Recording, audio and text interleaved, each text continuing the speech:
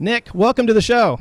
Thanks for having me. It's great to be here. Absolutely. Good to have you here with us. And I'll tell you, this whole thing of finances, it can be a scary topic to bring up and discuss. And then you throw in a relationship like a marriage, and it can be really scary. So we're really glad that you're here. I know that for our listeners, this is a big, big topic that they're always looking to grow in, to learn more about. And you seem like the guy that can help deliver on that. So really appreciate you taking the time to be a part of the show. Let me just jump right in. You've been around the whole thing of finances for a long, long time. What is the most important financial priority for a young couple? Well, I think the first and most important thing for a young couple is that they get on the same page about where they are today and where they want to be tomorrow. And I say that in sort of broad terms, but I think it's really important that together as a couple, you take an assessment of how much are we spending each month and where is that going? Are we spending more than we earn or not? I can't tell you how many people I meet who don't even know whether or not they're spending more than they earn. and then secondly, where do you want to be tomorrow? Because at the end of the day, money is just a tool, right? It's just a tool, and it can either trap you in debt or it can help you prepare for a great retirement or to send your kids to college. And so the most important thing when you're young is that you start talking about what money can do for you and how you set those goals together as a couple, as opposed to just trying to spend and get as much as you possibly can. And that's hard to do, especially as young couples. You're probably not that long out of college or even high school, depending upon how quickly you get married. And really, all that you use money for was probably some beer money and some fun. And then all of a sudden, you're forced to become a grown-up, and you have to think about the future. And isn't it true that I think a lot of times the mistakes that we make regarding this topic of money is when we're young? And I think that's part of the challenge is the information that we end up receiving at a young age. It's more consumer focused than investment focused. What would you say are some of the tips or to-do lists that a young couple needs to do around this area of money? Yeah, absolutely. And just to hit on your point, though, before we get into explicit tips, the reality is when you look, who's talking to young people about money today, right? Almost no high school in this country has financial literacy programs, with exceptions. Almost no college has a financial literacy program, with few exceptions. And the ones who are talking are the multi-million-dollar marketing departments of banks, the one that I used to run. So the only information that you would receive is how easy it is to get a credit card, how you can get 0% for whatever you need, no money down, no payment, right? The ones who are talking to you are the ones who don't necessarily have your interests at heart, right? They want to get you in as much debt at as high an interest rate as possible, and they're willing to spend money to talk to you. And so if you're young, you want to have fun, you want to enjoy yourself, right? The only one who's coming out there and talking to you is sort of that little friend, that little devil on the shoulder saying, here, I can help you do that. And so unfortunately, you start to build habits early on that aren't necessarily in your best long-term interest. So in terms of what can people do specifically, right? Step one is you really need to take stock of your situation today. And I can't underestimate how important that is, right? Sit down and figure out how much are you spending each month, how much are you earning, and where is it going? It has to start with an understanding of that situation. When you're in business, if you can't measure it, you can't manage it, and it's the exact same thing when you're an individual trying to work on your own financials. Now, the second thing I would say, very concrete, is that if you have found that you are in debt, the longer you wait, the worse it gets. But the difference is, unlike any other type of ailment, right? Unlike anything else in medicine or whatever, as soon as you start to try to fix the situation, it will get better.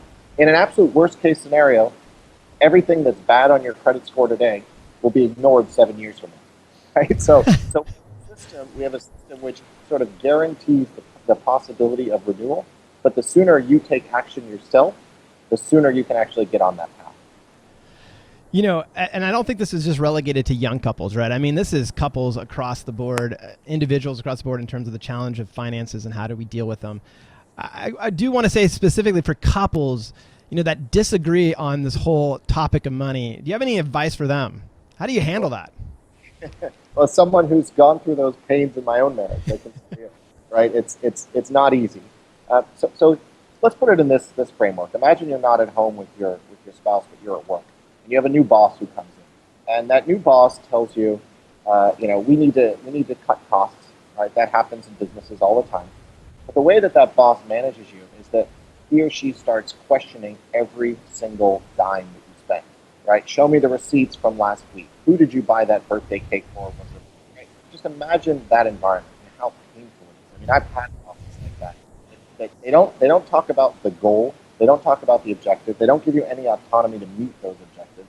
They just start penny pinching you on every little thing. I couldn't stand working for people like that. Yet sometimes when you meet couples in the house, rather than dealing with the big picture and saying, where do we want to be tomorrow? We want to save for our kids to have retirement. In order to do that, here's how much we should be setting aside each month. And then giving complete autonomy to the partners to find a way to make that happen. They don't start with the goals. They just immediately start with, well, why did you buy those shoes? And as soon as you start getting into penny pinching, I don't care if you're at work or if you're at home, if someone starts questioning you on something you bought down to the nearest dime, you're going to start really disliking them. And then in a worst case scenario, you're going to try to get even. You're going to get even by buying even more things that your spouse didn't know about. You're saying, so there, if you think you can manage every last penny, I'm just going to do even more. And you get into that negative cycle. And so that's why I say you need to step back and really agree on the goals and objectives, and then empower people, because we all manage our budgets in very different ways. Some of us like to go cash only. Some want daily text message alerts. They're all different ways.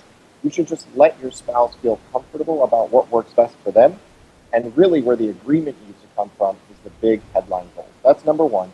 And then number two, we all need to have fun in life, right? It's not, we live in a world where, on the one hand, before we do our budget, we think we're going to have a lot of fun, and then all of a sudden budgeting means complete austerity, right? That doesn't work, right? We should all be saying, how much do we want to spend to have fun, and then how do we go do that? So, for example, if for my wife, sitting in a hair salon for a couple of hours is the way that she wants to spend, a big portion of her allocated budget for having fun, that's fine. It's up to her. I don't even need to know about it, but we agree on what is the big goal and objective, and then we empower each other to spend where we want to when we want to have a little bit of fun. Yeah, wow. That is so right. I think none of us like to be micromanaged, whether you're talking about work or at home. And it really is dangerous doing it at home. Because if you ever want to have an unhappy life, just start micromanaging your spouse, correct? Yep. And I just wonder, a lot of what you're talking about, I think has to do with some limiting belief systems, some the way that we've fundamentally been taught from a young age how to deal with money. I think of, kind of the universal picture of, you got the spender, the saver, right? The saver is all about the spreadsheet and tracking and being due diligence about, where's the money going? How are we managing it? And then you got the spender who's saying, hey, we got to have some fun, like you're talking about. How do you find that balance? You talk about objectives and goals, but does that actually get down to like budget and how you put together a budget? Yeah, ultimately it does, but I think it does in a very different way. So when you talk to saver, and we've done work with a professor on what is your approach to time, and that would be someone who's a very future-oriented person, right? They're going to be making spreadsheets. They're going to be tracking things down to the last dime, and they do it because they actually enjoy it, right? They have a sense of control. It brings life to them. Yeah, it brings life, and I'm not one of them. I've never had, right? But when you meet people who are like that, you see that they really enjoy doing that. So that's fine. Let them do it. But that doesn't mean everyone needs to have that, right? So, for example, my wife as well, she enjoys spending as I do. So that's a dangerous combination. But what we ultimately did, and it took us, I think, years to finally get there, right? What we ultimately did is we sort of allocated, this is your bucket of fun money, this is my bucket of fun money, for just things that we want to do in our own way. And whether you make a spreadsheet, whether you just take it out in cash and spend it, I don't even know how my wife does it, and I'm not going to get into those details, because we all need to have our own little pot and our own little bit of fun, but we're doing that as part of a bigger plan, because the vast majority of what you have as a couple is towards building your future together. And so, I would be nervous if you look and 80% of a family's budget are going into these quiet individual pots for each one to have fun on their own, right? That would be a warning sign that actually you're saying that your own fun is more important than building your financial future together, right? So as long as you get again, it's all about goals. If the goal is retirement, house, college, most of your resources should be going there, but that doesn't mean you have to give up your own sense of, I can go out and spend how I want to, and I can go out and do things. Just one other bit that I'd say is, there are so many tools out there that if you do have a spreadsheet-loving, future-oriented, save. Let them set up the things that can be automated, right? So for example, if the salary comes in, both salaries come into your joint account, you automatically want to save a percentage, and that just gets shipped off to the savings account. You can set that up; it can automatically happen, right? You want to have the bills paid, automatically set that up, and it happens. And you can even find a way that works for you. I mean, the way that we ultimately did it at home is my wife then has her own little fund checking account, and we see the joint money, and then we see the money automatically being transferred. She gets her little bit, I get my little bit, and then what we do with that, it's up to us, right? It's up to us. And so that was one way that it worked. We sort of agreed on the overall objectives, but then we still had a chance to be ourselves. Yeah, that's such good advice. I think that so much of the challenges of relationships, when you talk about conflict, and lots of it has to do with how we deal with money and how we talk about money, how we actually come to, whether it's compromising or setting up the systems. A lot of this has to do with the ultimate outcome of the relationship, which is unfortunate because the information you're sharing really comes at it from a different approach, right? It's about the future. It's about the goals, the bigger objectives, which is really, really important. I want to, you mentioned the thing in your ebook about future-proof tips for helping people stay out of debt. Because I think that's the challenge. I mean, it's easy to get into debt, but how do you stay out of debt? Yep, no, absolutely. And I think, just one last point on as we talk about the future. If you can't agree on the goals, right, that's when you have a more fundamental challenge, right? Because sometimes people blame money and they say that the problem I had in my relationship was money. Well, it wasn't money. It's just that the one person in the relationship actually wasn't ready to get married, and they want to spend all their money on vacations and bars and restaurants and trips, and the other one wants to buy a house and put together a college education fund, right? If you're disagreeing at the goal objective level, then it's going to be all-out warfare when it comes to how you're spending every single month, right? So it's really important to go through that exercise of talking about the future and what you want to be and where you want to go, because if you can't agree on those objectives, then the rest will follow. And that's where you should spend your time and energy and effort. Why are our goals for the future so different? Why are we thinking about a very different tomorrow from each other? Because the rest will only follow what we ultimately want to do. So and on that point, when you talk about goal setting, have you found there to be a really a process, a system of arriving at those goals, especially around money for couples? Because I could see that being even a challenge. Oh, that is the most important part. That's what I'm saying. Once you agree on the goals, right, and what you want to do, then you can make a budget that reflects that. And far too often, you immediately jump into, well, where are you spending and why? As opposed to, what do I want? Where do I want to be 10 years from now, or 20 years from now, or even 5 years from now? Yeah. And that's every conversation needs to start with the future and what you want to achieve. What I've done when I've sat down with people is I'll ask them, all right, husband, write down on a sheet of paper what you want in 5 years, 10 years, 20 years. Wife, do the same thing, right? Don't share with each other, and now let's slide those papers forward and see what our objectives are. Where are we trying to get, right? And sometimes they're aligned, usually they're not. And you'll see that some areas it's different in terms of 1, 2, and 3. And then you start to have the conversation, well, what is more important? That annual vacation every year to a really expensive location, or a college fund, right? And you can start to have those conversations. And if you have the debate at that level, you're not micromanaging. And I can tell you, when I've run businesses, I've seen the exact same issue, which is no one says, what do we want this company to look like 3 years from now? And then let's talk about how the investment dollars and the money and the budgeting flows. Rather than doing that, they'll just go straight into the profit and loss statement and say, okay, you spent $10,000 on travel last year. Let's cut that by 10% so that we can feel better about ourselves. But if actually the objective is we want to become an international business, so we're going to need to do more traveling, right? Then you double the travel budget, right? But people immediately get into the weeds as opposed to dealing with the objectives. And it's really not that complicated. I mean, it's even an exercise you can do with each other at home. You don't even need an intermediary, although it can help, right? What are your top 3 objectives if you fast forward 5 years, 10 years, and 20 years, and then let's compare. That's good. What those future proof, to stay out of debt? What would you say to that? What are some of those things? Sure. So number one is you can't fix anything until you make sure that on a monthly basis you are saving a certain percentage of your monthly income. You need to figure out what that number is and what you feel comfortable with and how that fits into your overall plan. And the beauty of this is the earlier you start, the less you have to save.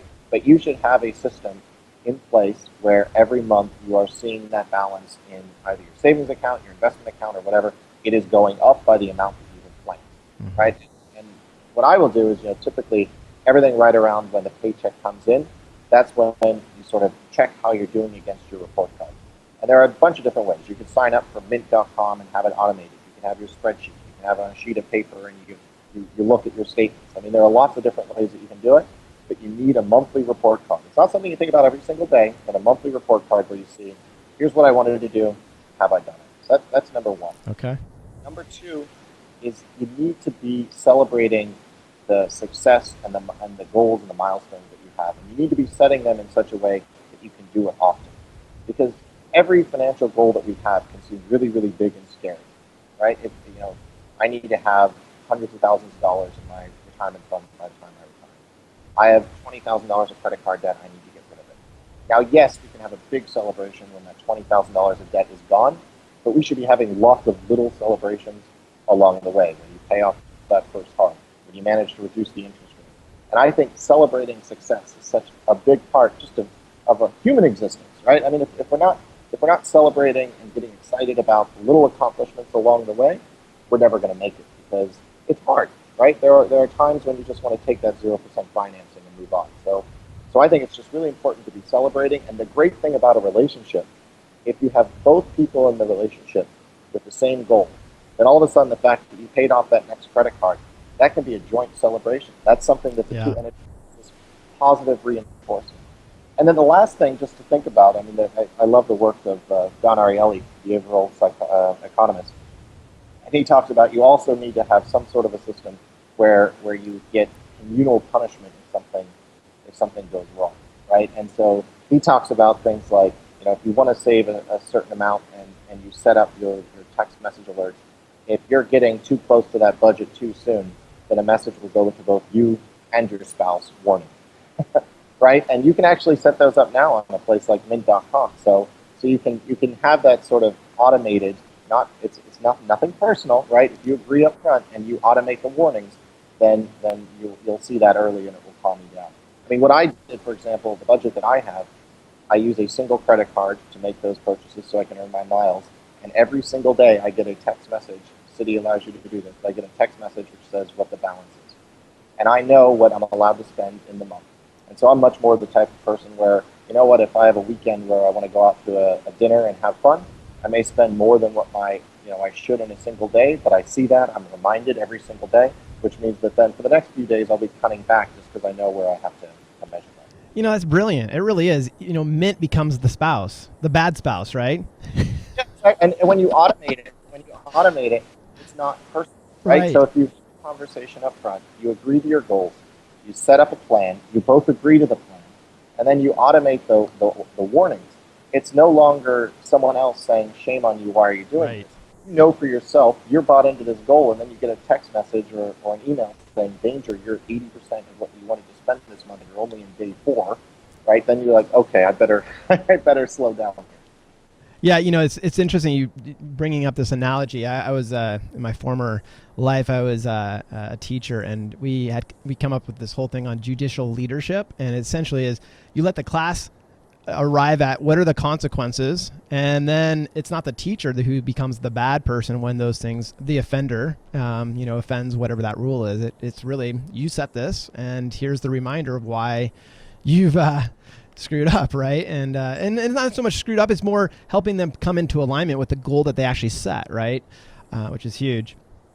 And I've never seen a goal top down work, right? I mean, when you don't buy into the underlying premise. Yeah. Right. I mean, and I haven't seen it in business, and I haven't seen it at home. Right. If it's something, it's like some central Soviet planning office which says you must spend no more than X, right? And you don't really buy it, then it's not going to happen. It's just not going to happen. Yeah. I'm just thinking of the listener who's currently tuning in right now and who is massively in debt.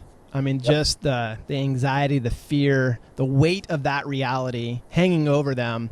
it's almost like you can't even see the path forward at this point because of just how much pressure, stress. What do you say to them? What would be the steps, the first steps to start eliminating the debt? Right. So step one is you cannot ignore the problem. And unfortunately what happens is when you get into so much debt, and I've met too many people who have done this, they stop opening their statements. They don't even want to go to the mailbox because they know that there's bad news in there. Right? They don't open the letters. They don't answer the phone because they figure it's just going to be another collection agency calling. And you just disengage. And if you completely disengage, your situation just by definition won't get any better. And again, this is where I just remind people, in a worst case scenario, all of the negative information will be off of your credit report in 7 years. We have a system that is designed to have institutional amnesia every 7 years. People who had their homes foreclosed at the height of the mortgage crisis are now 7+ years later going to have the opportunity to go out and buy another home. And some of them were able to do that even earlier. So we have a system which is naturally forgiving. So once you realize that, you say, well, how can I speed that up? Because I don't want to wait 7 years, right? And that's where we say, everyone who has that debt should say, step one is I need to get a plan. And if I don't have a plan, then that's when I just get into this world of what do I do? And the plan will be different depending upon your situation. And so that's why in that ebook that you had referenced earlier that I had written, I say, so we start with the budget. Now, are your fixed expenses being covered by your income? Right? In other words, do you make enough money? Forget your debt, but do you make enough money just to cover your rent, your car payment, and any other fixed expenses that you have? Let's start there.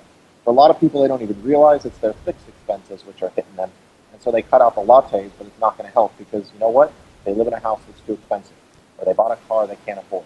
So if problem number one is your fixed expenses, we need to deal with that. And that means some hard decisions. Right? You may have to move. You may have to take on a roommate. You may have to start using Airbnb for that extra room. But if your fixed expenses are too high, find a way to bring them down. I just had a call, in fact, on Friday with someone who uses MagnifyMoney. And when I was talking to her, she was going through her fixed expenses that she can't eliminate. And $300 of that was her Time Warner cable package and her smart card. And I said, you realize there are fixed expenses that can't be cut, right? You can cut the cord and get Netflix or whatever, and they're even with like Republic Wireless and others, you can even get as low as $30 a month, some of these cell phones, right? So if you've got $12,000 worth of debt and you really want to get out, just by doing those things, we're going to take a few $1,000s off your debt. So step one is let's look at your expenses, your income, and see if there's anything you can do there. Step two is your credit score. This is critical, right? Once your score is 700 or higher, and remember, you can have debt and have a 700 credit score. Credit score measures, do you pay on time every month? That's the most important part. Even if you have a lot of debt, you can still have a good credit score. And once you have a good credit score, you can use that to negotiate down the interest rates that you have so that you can get out of debt a lot faster. I'll give you a really simple example. We met a woman, a teacher. She had lost her job after the crisis in 2008. It took her about a year to get a new job. And in that year, she put on over $10,000 worth of credit card debt. It was all at Discover. Discover was charging her 21% interest rate.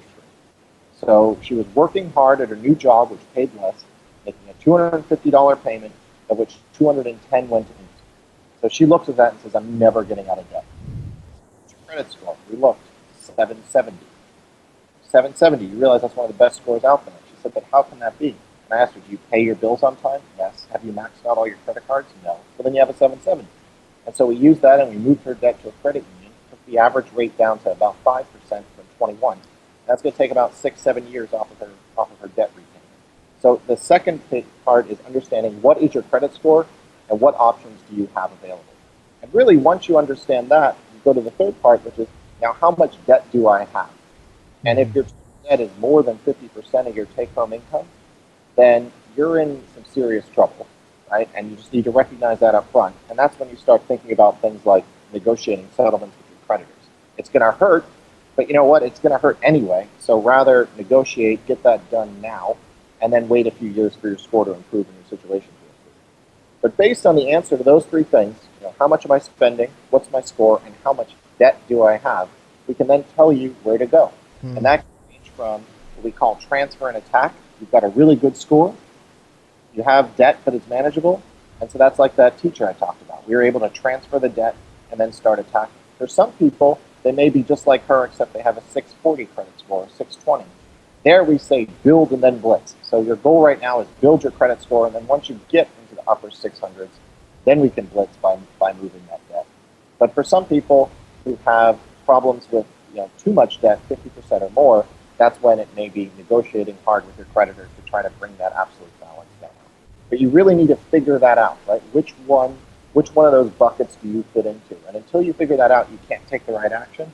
And the longer you wait, the worse it gets. It's like anything else. The longer you wait, the worse it gets. But if you take action now, then you could really be on a completely different road. And I've yet to find anyone where we couldn't figure out at least some situation so that in 30 days we get them their plan, 6 months they're down that path, and then 2 years from now they're starting to look like a very different person.